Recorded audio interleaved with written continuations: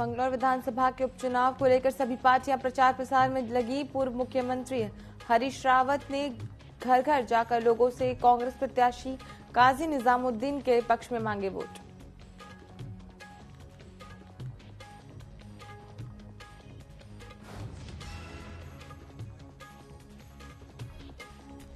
अस्पताल में अनियंत्रित भीड़ को कंट्रोल करने अब सरकार स्कैन एंड शेयर योजना की शुरुआत। मरीजों को करना होगा क्यूआर कोड स्कैन। मरीज की सारी जानकारी डॉक्टर को मिल जाएगी।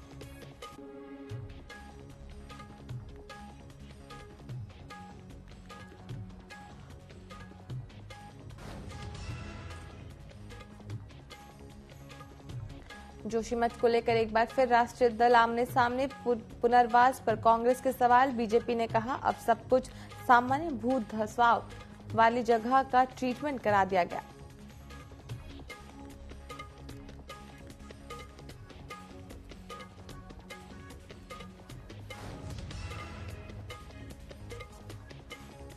उत्तराखंड में डॉक्टरों की कमी दूर करने और स्वास्थ्य व्यवस्थाओं को बेहतर करने सरकार ने उठाया बड़ा कदम। डॉक्टरों की आवश्यकता और कमी को लेकर गैप स्टडी कर योजना बनाने की जा रही तैयारी।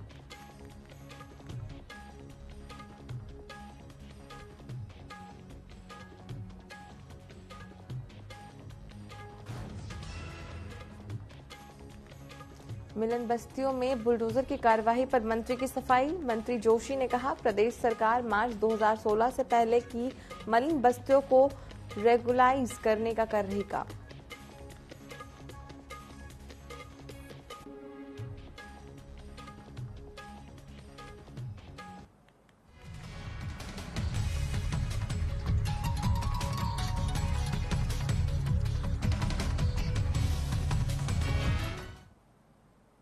नमस्कार, उत्तराखंड विशेष न्यूज अपडेट में आप सभी का स्वागत है। मैं हूं आपके साथ मधु। तो चलिए बढ़ते हैं खबरों की ओर।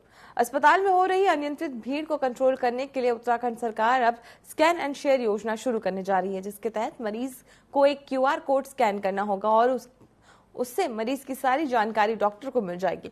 वहीं जहां पहले पर्चा बनाने में 2 से 3 मिनट का समय लगता था, लेकिन अब सिर्फ 30 सेकंड्स में ही पर्चा बनकर तैयार हो जाएगा। मरीज की सारी जानकारी डिजिटल माध्यम से डॉक्टर के पास पहुंच जाएगी।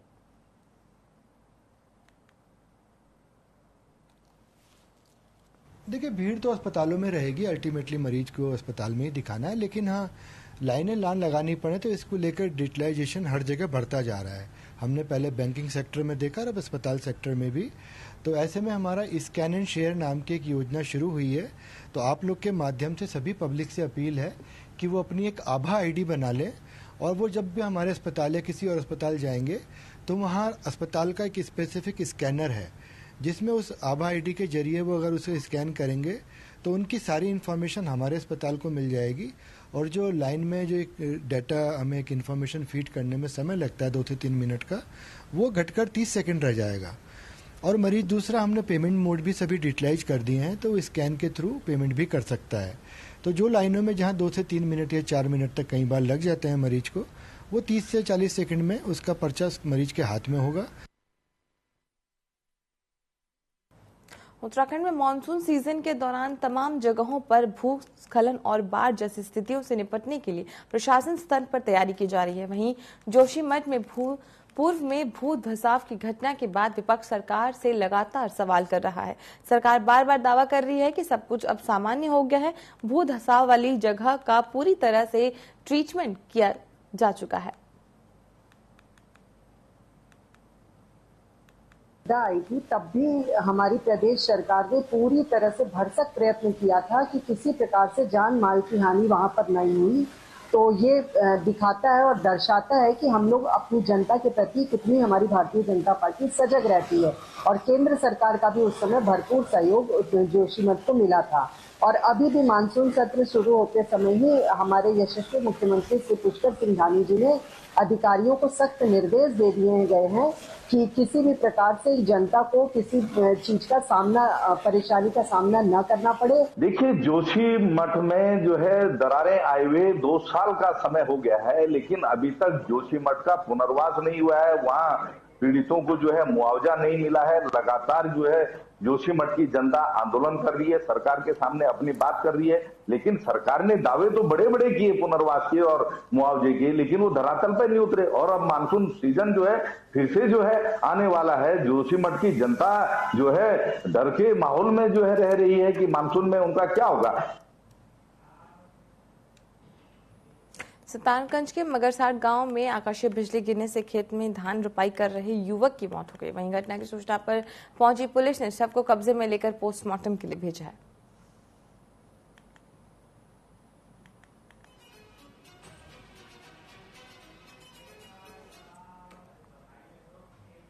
आगामी विधानसभा उपचुनाव को लेकर बीजेपी ने मंगलौर सीट से हरियाणा के पूर्व कैबिनेट मंत्री करतान सिंह भड़ाना को प्रत्याशी बनाया, जिसे लेकर उन्होंने चुनावी कार्यालय का उद्घाटन के दौरान कहा कि जनता की सेवा करने के लिए आया हूं। ये कस्बा मेरा है, इसके 35 गांव और 132 बूथ मेरे हैं, इनमें काम करना है।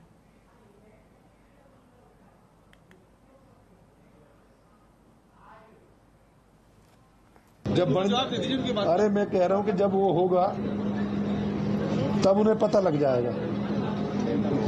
मैं तो उनके सामने अनपढ़ हूं, काबिल नहीं हूं, लेकिन उनको इस बात का डर क्यों है।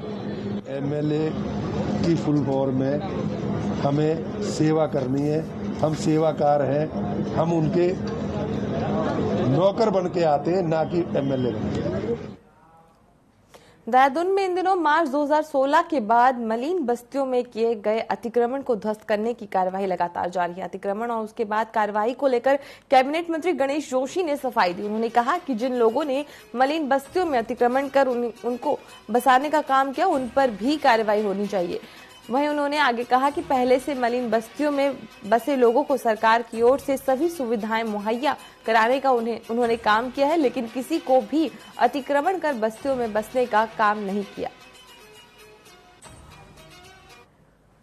जिन लोगों ने बस्तियां बसाई, मैं तो ये कहता हूं कि सिर्फ उन पर कार्रवाई ना हो, जिन लोगों ने बस्तियों को बसाया उन पर भी कार्रवाई होनी चाहिए। और मैं दावे के साथ कह सकता हूं, मैं आज 18 साल से अधिक मुझे एमएलए बने में हुए हैं, हमने एक भी व्यक्ति को कहीं नहीं बसाया। लेकिन हाँ, जो पहले में लोग बसे हैं उनको सुविधाएं देना हमारा कर्तव्य है, हमारी जिम्मेदारी है। वहां पर सड़कें हमने बनाई हैं, लाइट हमने लगाई हैं, पुलियां हमने बनाई हैं और सुविधाएं हमने वहां पर दी हैं, क्योंकि इस प्रकार की राजनीति हम लोग नहीं करते हैं। पर्वतीय जिले में दुर्घटनाओं के बढ़ते ग्राफ पर लगाम लगाने के लिए परिवहन विभाग ने अल्मोड़ा, बागेश्वर और पिथौरागढ़ जिले में चेकिंग अभियान तेज कर दिया है। पहाड़ों में तीनों जनपदों में सड़क सुरक्षा व्यवस्था के नियमों को कड़ाई से लागू कराया जा रहा है। परिवहन विभाग ने चेकिंग के लिए स्पेशल टीम का गठन किया है। अल्मोड़ा जिले में चेकिंग अभियान में 568 वाहनों के चालान किए गए, जबकि 48 वाहनों को सीज किया जा चुका है।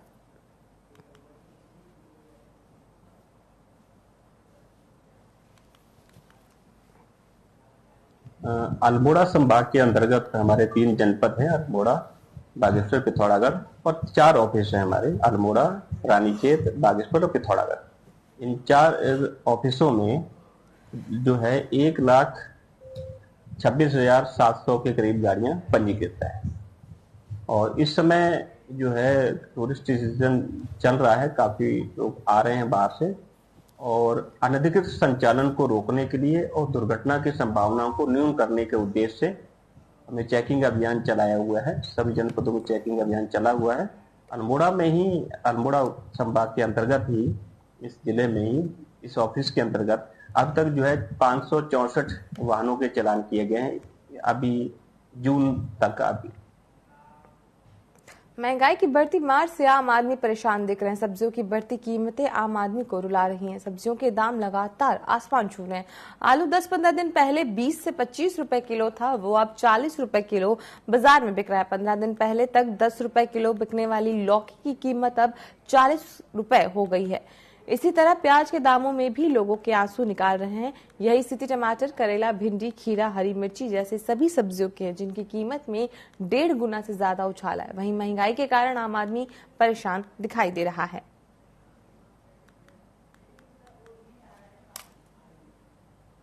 पिछले 2 महीनों से अब 1.5 गुना सब्जी के रेट हो गए हैं। पहले भिंडी 20 रुपए थी, आज 30 रुपए है।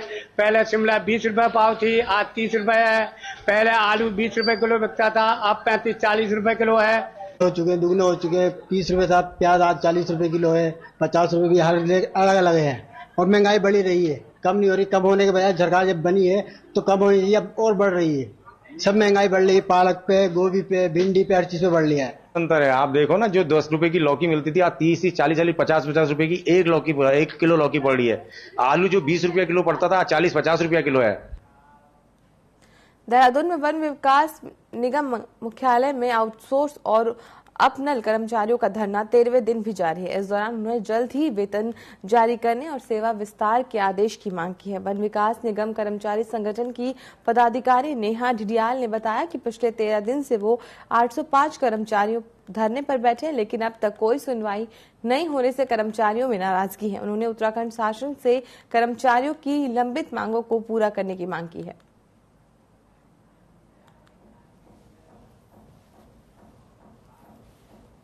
हम लोग यहाँ 13 दिन से धरने पे बैठे हुए हैं। हम लोग 805 कर्मचारी हैं जो सब धरने पे बैठे हुए हैं। जैसे जैसे जिसका हो पा रहा है वो आके धरने में बैठ रहा है और सबकी सेम मांग है कि हम लोगों को स्वीकृति दी जाए, क्योंकि हम लोग इतने सालों से यहाँ काम कर रहे हैं। पहले कभी ऐसा हुआ नहीं कि स्वीकृति के लिए इतना बैठना पड़ा।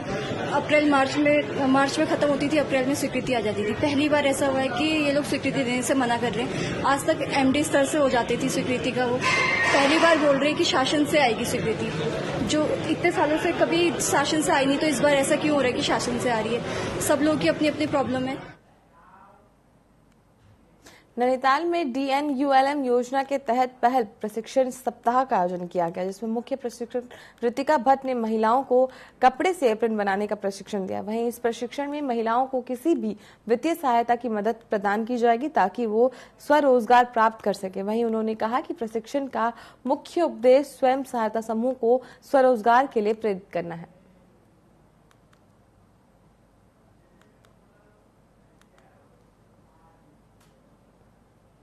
से जो हमारी ये एपड़ की संस्कृति है विलुप्त होती जा रही है, जिससे कि हम उसे बचा सकें। हमें हर प्रकार के एपड़ बताए जाएंगे यहाँ पर को कि उसमें कितने बिंदु होते हैं, कितनी रेखाएं होती हैं, और हम लोग हर प्रकार की चौकियाँ बनाना सीखेंगे कि हम कौन से फेस्टिवल में कौन सी चौकी यूज़ करते हैं, जैसे लक्ष्मी चौकी, सरस्वती चौकी, गणेश चौकी, जैसे शादियों में दुलर्ग चौकी, जनियों में जनियों की चौकी, ये सारी चौकियों का यूज़ करेंगे, सीखेंगे हम उनसे। और हमें यहाँ से 2 साल तक RCT द्वारा ये भी कहा गया है कि हमें रोजगार के लिए एक मार्केट उपलब्ध कराई जाएगी, जिससे कि हम अपना रोजगार बढ़ा सकते हैं। इसमें जितनी भी हमारे जनपद नैनीताल की नगर पालिकाएं हैं और नगर निगम है, उनमें जितने समूह चल रहे हैं एन्युअलम के तहत, उनको प्रशिक्षण दिया जा रहा है। इसके पीछे जो मंशा है वो यह है कि जो स्वयं सहायता समूह की सदस्यगण हैं वो अपने व्यवसाय को इस प्रशिक्षण के माध्यम से आगे बढ़ाएं। और एपण हमारे उत्तराखंड की एक धरोहर है, एक संस्कृति है, और जो आज विश्व प्रसिद्ध हो चुकी है। तो इसके पीछे यही मंशा है कि इस विश्व प्रसिद्ध एपण की जो संस्कृति है ये फैले। खबरों में आगे बढ़ने से पहले रुक करेंगे इस वक्त की बड़ी खबर का। बड़ी खबर आपको बता रहे हैं T20 कप का पहला सेमीफाइनल मैच आज। बड़ी खबर आपको बता रहे हैं जहां T20 कप का पहला सेमीफाइनल आज है। सेमीफाइनल में दक्षिण अफ्रीका की शानदार जीत। बड़ी खबर आपको बता रहे हैं जहां T20 सेमीफाइनल का आज पहला मैच है, जहां दक्षिण अफ्रीका की शानदार जीत हुई है। अफगानिस्तान ने 56 रन पर ऑल आउट हो गया है। फाइनल में पहुंची दक्षिण अफ्रीका की जीत। तो बड़ी खबर आपको बता रहे हैं जहां T20 सेमीफाइनल का पहला मैच आज खेला गया, जहां दक्षिण अफ्रीका फाइनल्स में पहुंच गई है। सेमीफाइनल में दक्षिण अफ्रीका की शानदार जीत।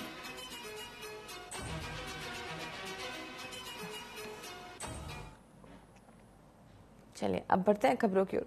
उत्तराखंड के उधम सिंह नगर जिले से एक हैरान कर देने वाला मामला सामने, जहां एक शख्स ने देश में हो रहे मासूम बच्चों के साथ दुष्कर्म जैसी घटनाओं से परेशान होकर संकल्प लिया कि वो जब तक बच्चियों पर हो रहे उत्पीड़न को नहीं रुकवा देता तब तक बच्चियों की जूते की माला पहनकर घूमेगा और क्षेत्रवासियों को भी जागरूक करेगा। बाजपुर क्षेत्र में रहने वाले ओम प्रकाश वर्मा ने रुद्रपुर कलेक्टर पहुंचकर डीएम के जरिए सीएम धामी को एक ज्ञापन और एक राखी भी भेजी। ओम प्रकाश का कहना है कि देश में आए दिन मासूम बच्चियों के साथ दुष्कर्म की घटना के अलावा सैनिकों के शहीद होने की घटनाएं, राजनीतिक दलों के नेताओं, पत्रकारों की हत्याएं हो रही हैं, लेकिन इस पर कोई रोक लगाने के लिए कोई ठोस कार्यवाही नहीं की जा रही है।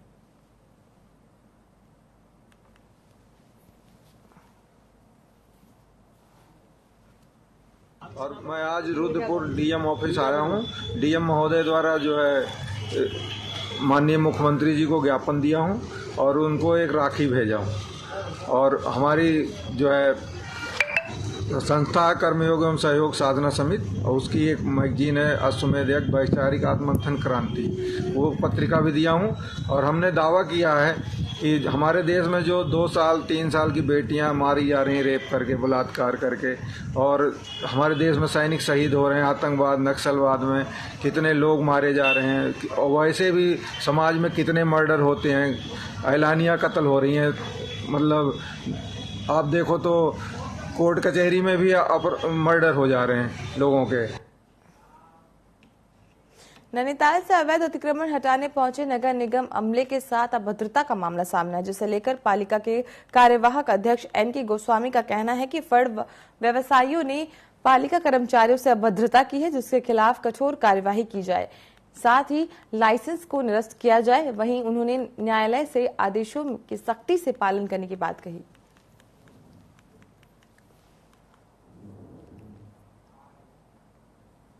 टीवीसी का मीटिंग हुआ था, तो उसमें भी 121 लोगों को आवंटन किया गया था और उसमें ऑनरेबल हाईकोर्ट के द्वारा भी 4 से 6 बजे के बीच, जब तक टीवीसी के तहत प्रॉपर इनको अलॉटमेंट नहीं हो जाता है, केवल 4 से 6 बजे के बीच, वो भी केवल जो लाइसेंस होल्डर्स हैं उनको फड़ लगाने का अनुमति दिया गया था।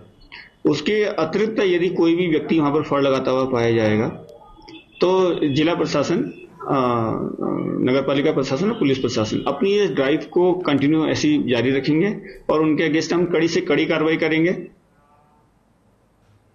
उत्तराखंड हाईकोर्ट ने देहरादून पुरुकुल किमाड़ी में PMGSY परियोजना मामले में सुनवाई करते हुए सड़क निर्माण के दौरान जल स्रोतों को बचाने के लिए उठाए जा रहे उपायों पर स्थिति स्पष्ट करने की बात कही। बता दें कि निर्माणाधीन सड़कों के खिलाफ दायर याचिका में बार बार जंगलों में सड़क बनाए जाने से जल स्रोतों के सूखने की बात कही गई है।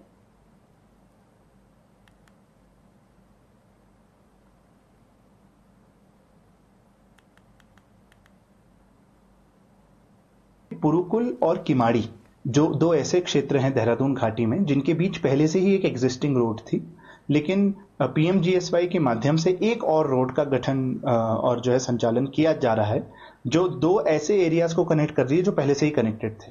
तो इस मामले में आज माननीय उच्च न्यायालय के सामने याचिकाकर्ता की ओर से यह तथ्य रखा गया कि बार बार जंगल के अंदर से रोड बनाने से जो जल स्रोत हैं और जो स्प्रिंग्स हैं वो सूखने की तरफ बढ़ रहे हैं, क्योंकि वहां अर्बनाइजेशन और कॉन्क्रीटाइजेशन हो रहा है देहरादून के गढ़ी कैंट क्षेत्र के आगे और मसूरी की तलहटी में, और 40 गांव का पीने का पानी यहां से आता है, और साथ साथ मुख्यमंत्री आवास को भी जो पानी है वो इन्हीं स्रोतों के माध्यम से दिया जाता है। तो इस पर जो है माननीय उच्च न्यायालय ने आज सरकार से कहा है कि वह यह बताए कि जो रोड एक्सेट्रा का वर्क उन्होंने किया है तो जल स्रोतों और वाटर सिक्योरिटी को ध्यान में रखते हुए सरकार के द्वारा क्या कदम उठाए जा रहे हैं ताकि वाटर सिक्योरिटी गांवों के लिए और सभी लोगों के लिए बनी रहे, और सरकार को यह करने के लिए 3 सप्ताह का समय दिया है। हरिद्वार के शांतरशाह गांव में एक नाबालिग किशोरी की हत्या कर दी गई। इस घटना से इलाके में हड़कंप मचा हुआ। नाबालिग करीब 2 दिन से घर से लापता थी। इसके बाद किशोरी का शव खेत में मिला। किशोरी के परिजन ग्राम प्रधान, पति और भाजपा ओबीसी मोर्चा के नेता और उनके सहयोगी पर दुष्कर्म कर हत्या करने का आरोप लगा रहे हैं। किशोरी दलित समुदाय की होने के चलते दलित संगठन भी आरोपियों की गिरफ्तारी की मांग कर रहे हैं। परिजनों की शिकायत पर थाने में मामला दर्ज कर लिया गया है।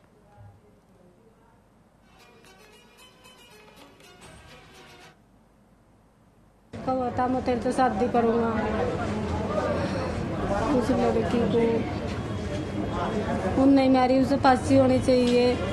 कौन कौन लोग हैं इसमें? अमित सैनी, आदित्य तो प्रधान हो, वो प्रधान के दौरे रहा था अमित सैनी। उसने फोन करके बुलाई थी। सूचना मिली थी कि एक लड़की की डेड बॉडी पड़ी हुई है। इस सूचना पे जब बादाबाद की फोर्स गई वहाँ पे मौके पे, तो लड़की की वहाँ मौके पे सारी कार्रवाई करके जो विधिक कार्रवाई होती है, उसके बाद बॉडी को मोर्चरी में भेजा गया। और चूँकि उस समय लड़की अज्ञात में थी, तो सोशल मीडिया के माध्यम से उसको प्रचारित किया गया। शाम को वो नोन हो गई, परिजन आए और परिजन के द्वारा तहरीर दी गई, जिसमें जो 2 व्यक्तियों को मुलजिम बनाया गया था उनकी तरफ से, और उनकी तहरीर के आधार पर मुकदमा दर्ज कर दिया गया है। नैनीताल के ढकिया ताल से झील से युवक की लाश मिलने का मामला सामने, जहां मामले की सूचना मिलते ही मौके पर पुलिस पहुंची और शव को बाहर निकालकर पोस्टमार्टम के लिए भेज दिया। वहीं मृतक की पहचान रुद्रपुर निवासी मोहित आर्या के रूप में हुई है, जिसकी नहाने के दौरान डूबने से मौत हो गई।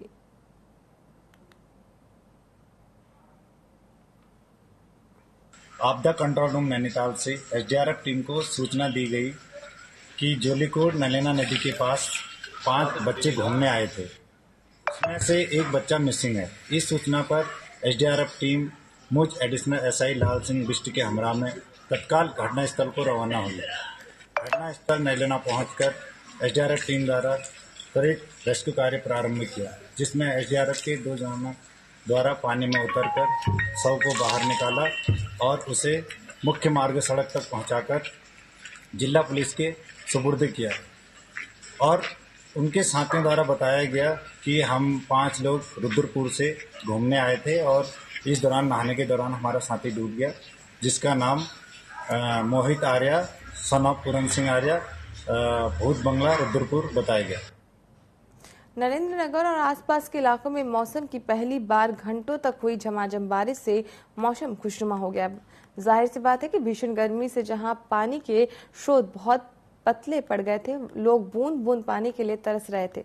जंगल आग के हवाले होते जा रहे थे। वहीं किसानों के चेहरे पर इस बारिश से रौनक आ गई। किसानों ने इस बारिश को फसल के लिए बहुत लाभदायी बताया। अब भारी बारिश के चलते सड़कों पर पानी बहने लगा, जिससे पैदल चलने वालों को भी काफी दिक्कतों का सामना करना पड़ा।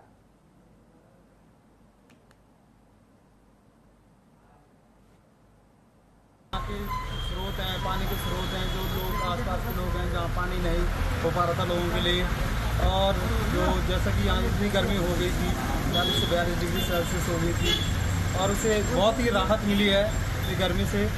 और ये जो रात से जो बारिश हो रही है, अब तक जितनी भी बारिश हुई है, इससे लोगों को बहुत अच्छा राहत मिला है और कृषकों के चेहरे भी खिल उठे हैं कि यहाँ पे बारिश हुई है और लोग खेती कर सकें। अब जो बारिश लगी हुई इससे एक तो जंगल बच गए, हमारे आग लगी हुई थी चारों तरफ। हमारे क्षेत्र में तो नहीं लगी, लेकिन ऊपर नीचे बहुत जगह आग लगी हुई थी। इस बारिश से तो आग भी ठंडी हो जाएगी और लोगों के मनुष्यों को घास पानी चारा सब कुछ मिला। पानी का स्रोत तक सूख गए थे साहब, जहाँ हमारे स्रोत थे वो दूर दूर तक लोग पानी के लिए जा रहे थे कि पानी नहीं। न्यूज अपडेट में फिलहाल के लिए इतना ही। आप बने रहें GV24 के साथ। नमस्कार।